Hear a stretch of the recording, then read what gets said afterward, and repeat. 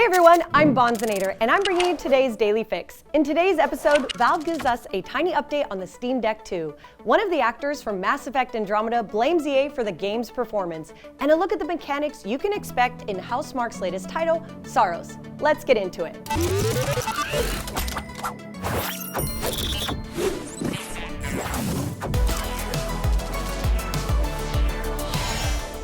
Presented by SAROS. Available April 30th exclusively on PS5 consoles, rated T for teen. Valve is drawing a lot of attention for its upcoming Steam Machine and Steam Controller. But what about a Steam Deck successor? And is the Steam Deck 2 going to be worth the upgrade? In a recent interview with Valve programmer Pierre-Loup, we asked if there were any major updates they could tell us ahead of its release. We're hard at work on it, Griffey said, and obviously every step of the way, if you look at our harder projects over the years, you can draw a straight line from the original Steam controller and Steam machines to Steam Deck to everything that we're announcing and shipping this year. And we expect Steam Deck will be a lot of the same, where a lot of what we're doing here will be learnings that build up to it.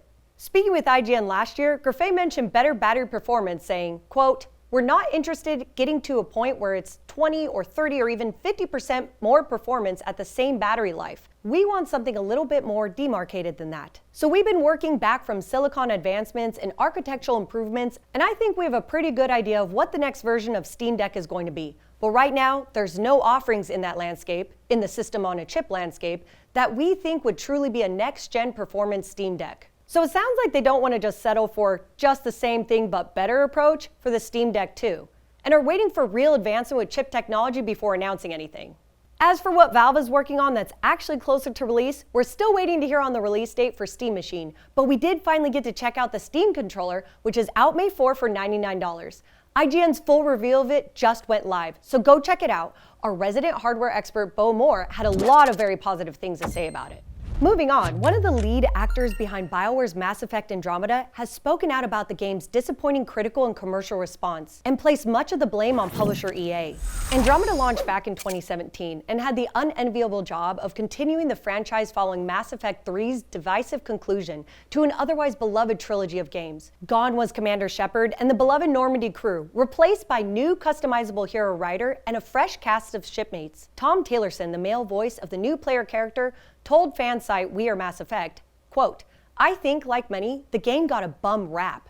It was done dirty by a publisher expecting too much from it, not being fully cooked, forced out of the door too early, forced to use corporate's shiny new engine when many of the team didn't know how to work with it, and it was not suited to the storytelling part of the game." Taylorsen is referencing EA's Frostbite engine, which the publisher was encouraging all of its studios to utilize at the time, though issues with Frostbite didn't prevent BioWare from developing a stellar RPG in Dragon Age Inquisition. Taylorsen noted that Andromeda was released to a, quote, "very toxic atmosphere online and elsewhere in the gaming space," adding it quickly became a punching bag of the week for online chuds for views and clicks. Their love of hate sealed the deal. What saddens me is this would not be the last time I was in a project doomed by online haters picking a game for punching bag of the week. I also worked on High Guard. Over time, though, I've seen a lot of love for Andromeda and its characters for what it did well, and appreciation from fans for whom it was their game of the moment. A game that helped them, a game that got them through a tough time. There is something to be said for a 7 out of 10 that comes to you in a time of need. Despite months of post-launch patches to improve the game's base content, EA decided to put the franchise on ice, ending any hope of DLC or direct sequels to Andromeda that could build on its foundations as Mass Effect 2 and 3 had with the first one. Taylorsen said, quote, "It hurt most because I knew that was it. Ryder wouldn't be coming back. I and others thought we'd have a good decade of playing with these characters in these spaces, and just like that, gone." While Andromeda never gained a direct sequel, BioWare is now back focusing on its sci-fi franchise with a team of trilogy veterans now building Mass Effect 5. And while the Milky Way is once again its focus, fans have already spotted teases that elements of Andromeda's story may return.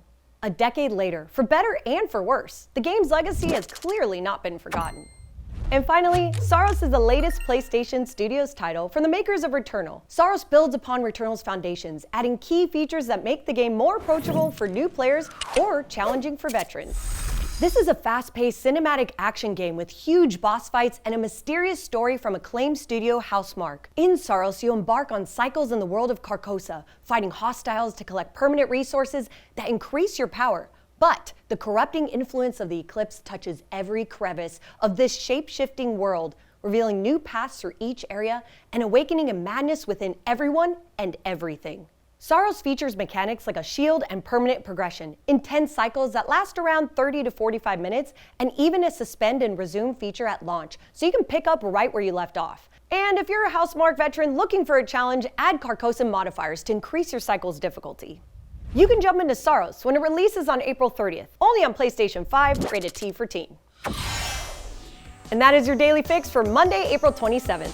Tickets are officially on sale for IGN Live 2026. The 2-day celebration of gaming and entertainment will take place June 6 and 7 in downtown LA and be filled with celebrity panels, exclusive game reveals, live stage shows, giveaways, and much more. Early bird tickets are on sale now on ShowClicks, and fans can purchase a 1-day ticket for $15 or a weekend pass for $30. And if you're looking for something else to watch, check out our review of the Steam controller. I'm Bonds, and I'll see you next time.